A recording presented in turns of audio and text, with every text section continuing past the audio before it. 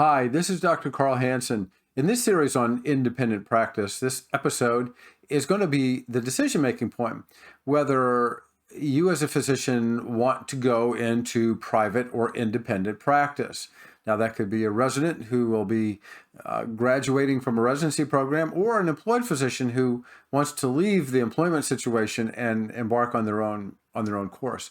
So there's a lot of decision points to make, and we're going to go over some of the pros and cons about being an independent practice. The number one pro or positive thing is that there are no bosses above you. There are not a series of healthcare administrators who are making decisions for you as to the best way to treat patients and the most efficient way to practice medicine, etc.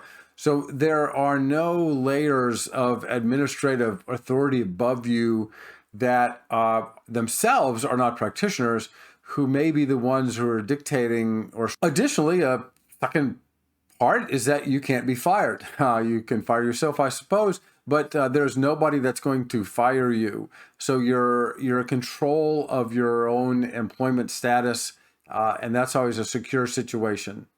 Another common issue to talk about salary and money, and a lot of times as a physician who may be employed, there are all kind of RVU and sort of weird trickery type of calculations as to what you get paid. And even if you're paid handsomely, there are still a lot of calculations that are going behind the scenes. In the private practice of medicine, the amount of income you generate through seeing patients or for doing whatever it is you want to do, even including other things besides seeing patients, that amount of income, what you take home is simply that minus whatever the overhead in your practice is. And the overhead is controllable. You can control how many bells and whistles or how expensive your overhead is going to be, number of employees, etc. An underappreciated part of being in your own practice is your identity. You are, if you're Dr. Smith, you are Dr. Smith as a private practitioner. If you're employed as Dr. Smith, you're Dr. Smith of XYZ Corporation, etc. You have a true sense of independence because you're your own boss, you steer your own self, and so you in fact have your own identity, and your identity as a physician is not associated with a big box or an employer.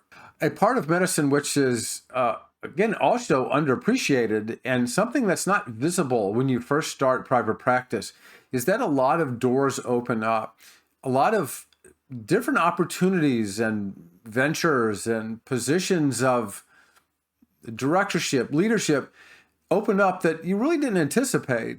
But as a respected and good independent practice physician in the community, a lot of doors open, a lot of offers and opportunities come up. We also find in the private practice world, as compared to the employed world, that your scope of practice is much broader.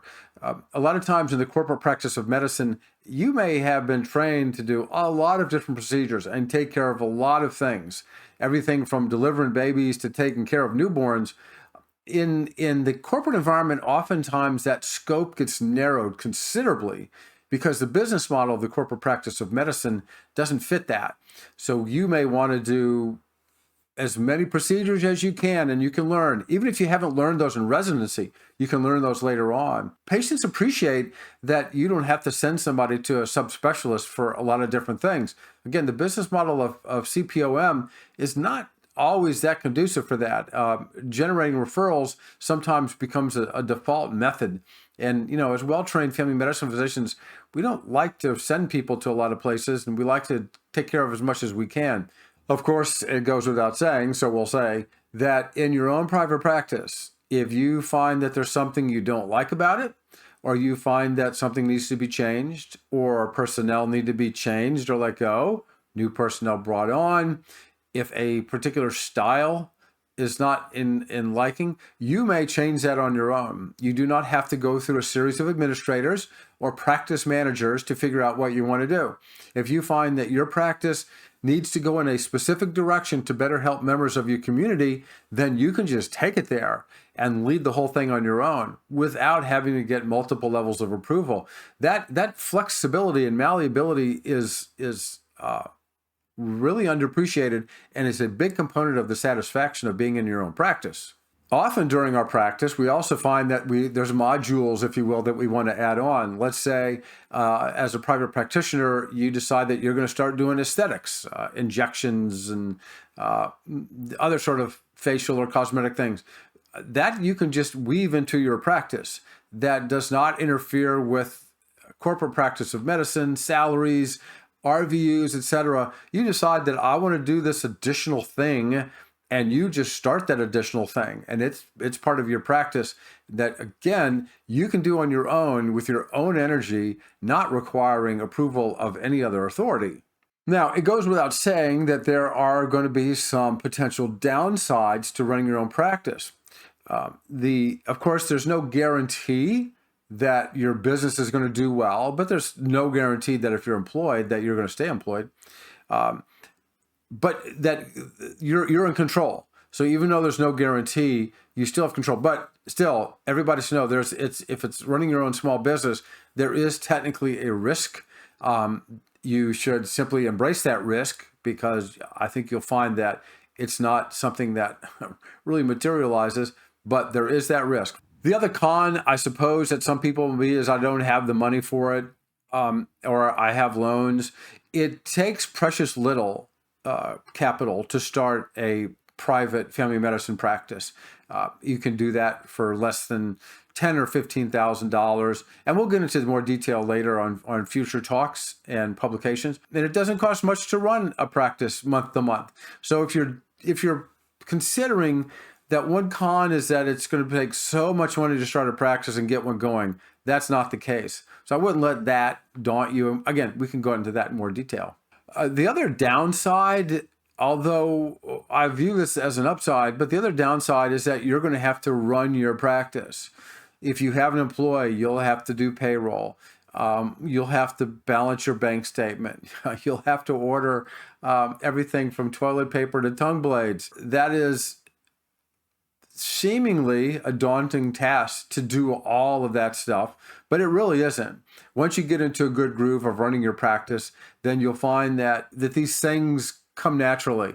But know that, yes, you'll have to have attention to detail, and you'll have to be responsible, that there's not going to be somebody else to look at and say, why didn't you do this? If you didn't do something, then just look in the mirror and go from there. But so you may look at that as a con. You'll soon, I think, look at that as a pro, but nevertheless, you do have to realize that. Another con that sometimes people will bring up is that call schedule. So if you're employed in a big group, then you'll have a lot of physicians that can share a call with you. So a lot of people feel that in private practice, if you're on your own, that call is going to be horrendous. It isn't. Even if you take call for yourself every day of the week, there's in general other independent practitioners that you can find out there that would be willing to share a call if for some reason you were ill or needed to go out of town. So yes, you may be on call every day of the week, but it is not a burdensome type of call. Still, some people may want X amount of days where everything's turned off, no phone contact, etc. That's rarely going to happen, but it isn't necessary. But just know that, yeah, for a while, you may be on call for yourself the whole time. So there are pros and cons that you have to weigh when you're contemplating whether I should start my own practice.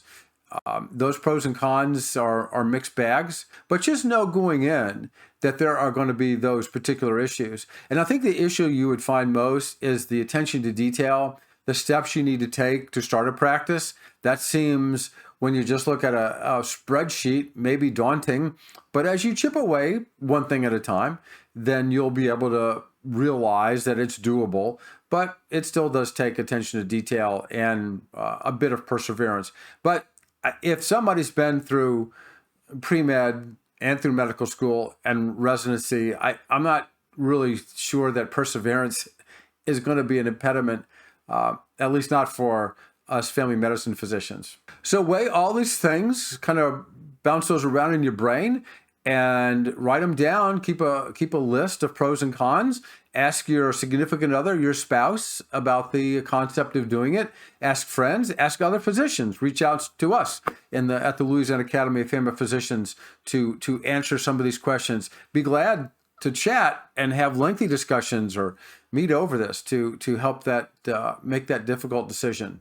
If you do choose to embark or at least seriously consider embarking in private practice, there are a lot of individuals that would help you easily to help you guide this. You do not have to reinvent the wheel, and you do not have to pay a consultant sums of money to help you with this endeavor. Yes, you may have to retain an attorney, or you may want an accountant. You don't need that, but there's a lot of people out there to help you.